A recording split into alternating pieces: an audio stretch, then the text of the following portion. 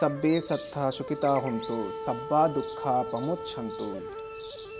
এটা আমি পালিতে ভাষণ করেছি। এটা বাংলা অর্থ হচ্ছে এটাই যে সকল প্রাণী দুঃখ থেকে মুক্তি হোক, সকল প্রাণী কষ্ট থেকে মুক্তি হোক, নিরোগী হোক। এটা আমি পালিতে বলেছি।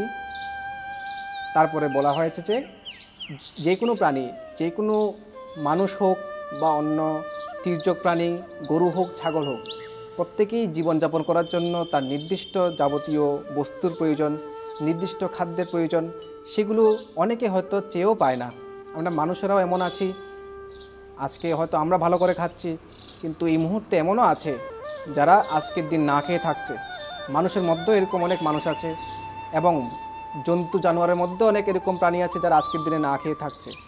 তো আমরা সেই গাথার মধ্যে এটাই কামনা করেছি যে যত সমস্ত প্রাণীরা আজকে পৃথিবীতে জীবিত আছে, এগুলো যাতে নির্দিষ্ট যেটা বস্তু তাদের প্রয়োজন বেঁচে থাকার জন্য, সকল বস্তু যাতে তারা পেতে সক্ষম হয়, আমি এই কামনা করি। সেটা মানুষ হোক, অন্য যে কোনো জন্তু জানোয়ার হোক। এটাই হচ্ছে বুদ্ধের আরেকটি গাথা।